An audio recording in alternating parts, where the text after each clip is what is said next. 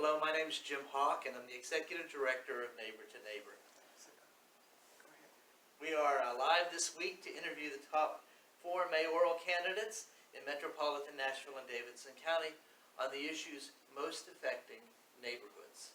Neighbor to Neighbor is a local, nonprofit, and nonpartisan organization founded by neighborhood leaders across the metropolitan area. Since 1997, we've been equipping residents and neighborhood organizations with the tools they need to preserve and improve their neighborhoods. We are committed to helping develop informed and effective neighborhood leaders and strong and powerful neighborhood organizations. Neighbor to Neighbor does not endorse candidates. Our one-on-one interviews are designed to provide candidates with an opportunity to make voters aware of their positions on the major issues facing our neighborhoods. I'm here today with Dr. Carol Swain, who is a candidate for the mayor in the upcoming elections. Welcome, Dr. Swain. Well, thank you so much for having me on your show. I want to start off with one of our central questions today. We've heard a lot of talk over the campaign season about neighborhoods and how important they are. So my first question to you is, why are neighborhoods so important?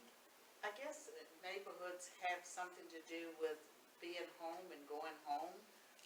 No matter where I go, when I drive into my neighborhood where I chose to live, there's a peacefulness that comes from that. And neighborhoods are important because they have different characters. They're very distinctive, and many of us make choices about where we want to live. And so I think that neighborhoods are important, and they are something that have been neglected under the previous administrations. So, since neighborhoods are so important, can you tell us a little bit about where you currently live and how you've been engaged in your neighborhood? Well, first I want to tell you about where I first lived in Nashville, and that was 12 South before it became 12 South.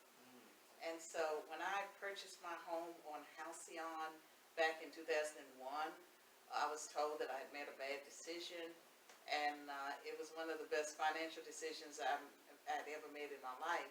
I did not know how that gentrification would occur in that neighborhood, and I actually moved to be in the current neighborhood, which is Christiansted Valley. But with 12 South, I watched the neighborhood change, and for some people it was great. I watched my neighbors become younger and younger and younger, and so for the people that want to live around action, it became a very action-filled community, and it's great, I think, for young people. The neighborhood I live in now is very quiet with wide streets and trees, and maybe a lot of the neighbors are a little bit older, but I have been involved in both neighborhoods with other neighbors that in some cases were concerned about changes in the neighborhood, or we have tried to preserve the character of our neighborhoods. And the place where I live now, when I moved there, it had a very rural feel about it. It's in an unincorporated part of Nashville, but there are 2 big developments being built, and it's going to greatly increase the traffic. And we have a stake in trying to preserve, that neighborhood that we moved into. For me, it was like 3 years ago I moved into my new neighborhood, and we are all, I think, united by a desire to preserve as much as we can of the character of that neighborhood. Okay. So, you've been traveling around the city. This is your second campaign, so you've been traveling around and listening to residents. When they talk about neighborhoods, what are their concerns? What do you hear them say? I mean, a lot of people are concerned about crime, that no matter what, Mayor Brawley may say that crime is not increasing, but I think there's some stats that would say otherwise. And so they're concerned about crime, we're concerned about traffic and the congestion that's taking place. People are concerned about the fact that there are projects that we need. In my neighborhood, the Edmondson Pike and Mount Pishka, there's a very dangerous dangerous curve, and many cars end up in a big ditch. And so we've been promised repairs on that part of the highway. And so as a mayoral candidate, a lot of people want to know in my neighborhood what can be done about it. And so that's something, that our city council member has to work on. But there's so many things that when it comes to the infrastructure, sidewalks, for example, the sewer and stormwater that neighbors are concerned about, but mostly they talk about crime and traffic. Okay. Well, let's talk about some of the issues. We also travel around Davidson County, and frequently we hear the neighborhood leaders in North and South Nashville say that they feel like they're a dumping ground. That any project that the rest of the city doesn't want, it either goes to North Nashville or South Nashville. Then we hear other neighborhoods across Davidson County talking about how all the resources seem to be going down downtown neighborhoods, and that none of that wealth ever gets spread around. So as we've listened to the campaign conversations, there's been a lot of talk about equity, Right. right? And we understand equity in terms of individuals feeling unequal and being treated unequal. Yet neighborhood leaders speak about inequality and the lack of equity and how their resources are distributed Right. and how projects are.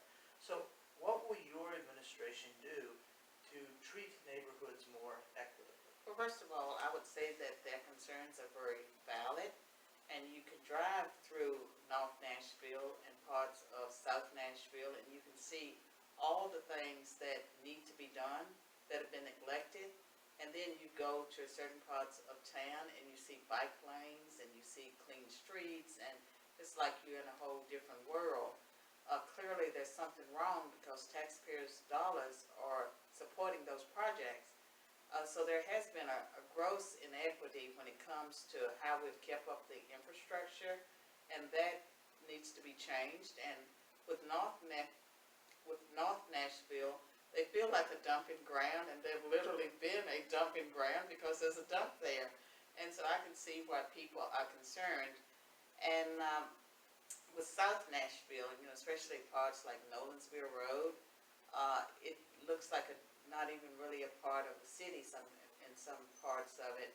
And so much more needs to be done.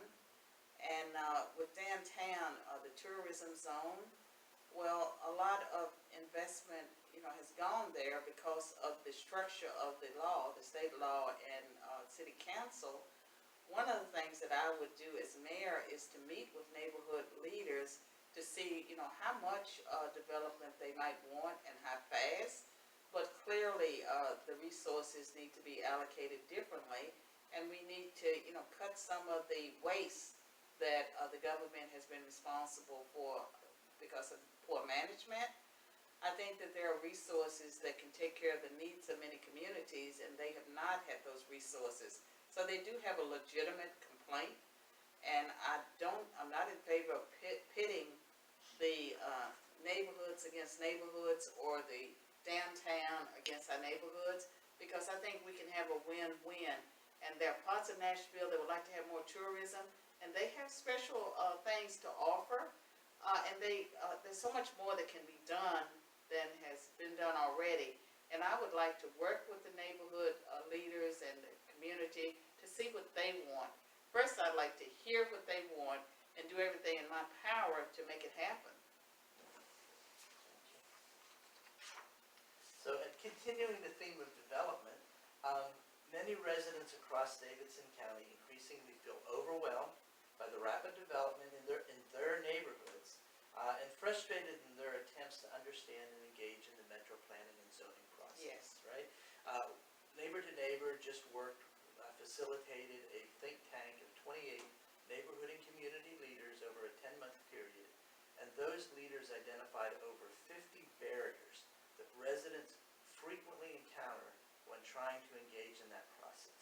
I read some of the reports that they put out, and I agree that there's a serious problem, because I've talked with neighbors that maybe there's a project that the city wants to put in their neighborhood and they don't want that project, And so, I've been part of these groups. We organize, we go to city council, and they seem to very strategically wait until after 9 p.m. to get to whatever issue it is so that everyone has sort of dwindled away.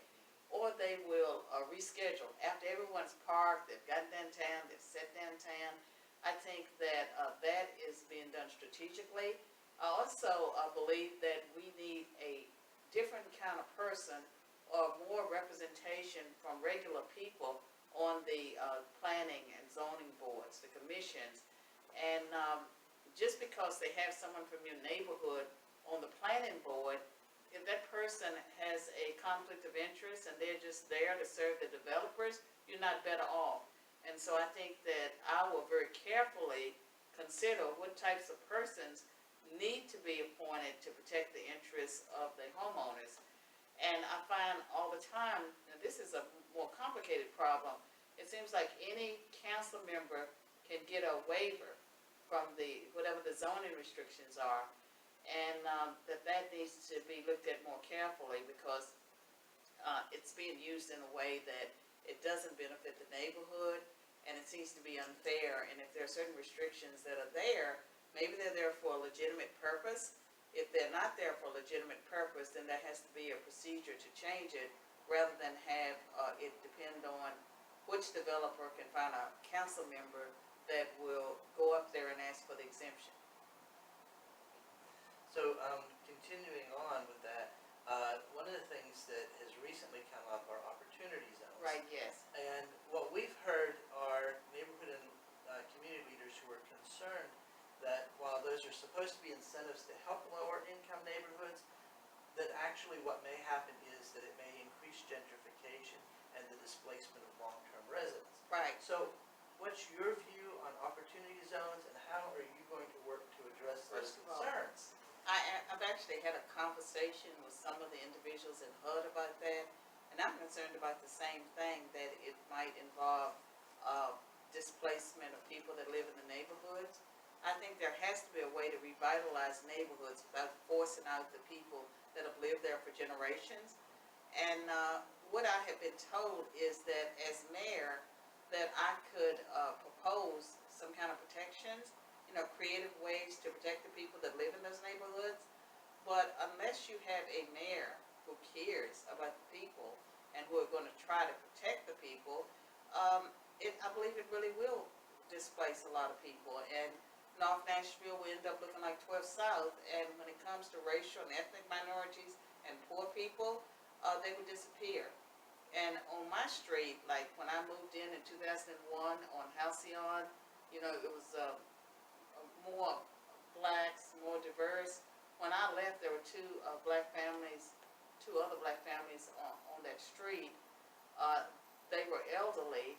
I'm sure that when they leave, they will not, black people will not be able to buy into that neighborhood. I sold my house for $675,000 about 3 years ago. I paid $75,000 for it. And I think now that same house would probably be worth $800,000 or maybe $900,000, because that's how the property values have escalated. And what that means is that average Nashvillians can't afford that because their income averages around $50,000 a year, family income. To live comfortably in Nashville, you need an income of $80,000. So it's a serious issue, a serious concern. We have to find a way to have a city where people can live and afford to live there. And when it comes, to affordable housing, do you have a separate question, or do you want me to go into that? Please, go right ahead. Okay. Everyone has an affordable housing plan, or it's almost like a buzzword, but you don't know what they're talking about. Sometimes they're talking about the project, sometimes they're talking about Section 8. Well, I'm talking about housing for people who earn $50,000 or less, and I call my plan blue-collar housing to distinguish it from the other forms of affordable housing. And what I would like to do, the city has over 1,500 parcels of land, different sizes, scattered all over Davidson County, to make some of that land available to contractors and developers who would bid on projects and who would build homes that could be sold for $200,000 or less. Because what you would be removing is the cost of land, and the developers could sell the homes. That's how they would make their money. But it would be a private-public partnership in that it's public land, but the private developers would sell the homes. The homeowners would benefit because if you have an income of $50,000 or maybe less, you can afford a mortgage of $150,000 or $200,000 up to $250,000. More people would be able to have home ownership. We could also make some of that land available to people that would build apartment complexes where we could set the rents between $600 and $1,000 for 1 to 2 bedroom. There are new technologies that we can get the cost of housing down. Organizations like Habitat for Humanity could also bid on that land, and like they want to build houses. They build houses very inexpensively, but they also educate the homeowners, the people that will live in those homes. They go through a process where they are ready for home ownership. And when it comes to people that are more affluent, they're earning over $80,000. I say do what HCA does. They negotiate reduced rents for their employees, and so they provide some housing assistance. And during my time in academia, I've lived in Princeton, New Jersey, and before I came here, but also I've gotten job offers all over the country from universities, and in almost every case, especially LA and those cities that are very high cost of rents or homes, they offered housing assistance. And I think that if we want to have our workforce, to be able to live near us, whether we talk about teachers, policemen, or firefighters, we have to start thinking about, can we subsidize in some way the cost of housing so that they can live in the city where they work? Thank you. A longer answer than you expected. But important, we want to give everyone as much time as they need to answer these questions, Okay. right? So, moving from development to another concern that we hear expressed frequently, particularly in urban and suburban neighborhoods, is the lack of sidewalks. Right? Yes, that is a serious problem. Yeah. Walk by Nashville did a report. They said only 19% of Nashville has sidewalks. And then they have this crazy, I'm sorry, I'm gonna call it crazy, metro ordinance where like if you build a house, you're required to put a sidewalk in front of it at your cost rather than city cost. And what that means is that there may be a patch of sidewalk in front of your house and maybe not anything next to it, and someone else builds a house, there could be a gap in between. Like, we pay tax dollars, and part of what we're paying for is a government that provides for the public safety, meaning they're supposed to be covering the cost of firefighters, police officers, and dispatchers. They're supposed to be adequately funded and to grow with the city, but also sidewalks, that's basic infrastructure. And I think that it's a problem that we don't have enough sidewalks, even while we have communities that have bike lanes that we paid for, and I have yet to ever see a bike rider on any of those bike lanes. I'm sure that some must ride it sometimes, but I've never seen a bike in a bike lane. Have you? I have. But I live inside the urban core, so I see Okay. that a lot. All right. So let's shift to one last question. Neighborhood organizations, Yes. whether they're crime watch programs, neighborhood associations, HOAs, Right. need space to meet and gather. Yes, they do. Schools, community centers, police precincts Right. seem like obvious choices, yet we're hearing more and more from neighborhood leaders that can't seem to find a place to meet, that the hours are shortened in police precincts, they're being charged rates that are unaffordable for community groups. How will your administration work to make these spaces more available so that neighbors can gather? Well, first of all, I did a meet and greet in my community, but it was open to the whole city. And so I had to struggle and look around to find a meeting place because my development doesn't have a meeting room. I think, again, it goes back to the city owns parcels of land, but they also own buildings that some of those buildings may not be occupied, may not be used. I think that when they're in neighborhoods, that the city could lease or allow people in the neighborhood to choose to upgrade those buildings and use those buildings. I think there's so much that we could do by just being creative and thinking about what neighborhoods need. So I would really want to pursue that. I think that that would be something to pursue, as well as, talking with schools and public facilities and reminding them of their obligation as publicly supported institutions to make space available. Thank you. I really appreciated our time today. I want to thank everyone for listening, and I want to thank Dr. Swain for being here. And I hope everyone will vote for me. I'm the candidate with common sense. And if you want to know more about my platform, go to swainformayor.com. I am running for office because of you.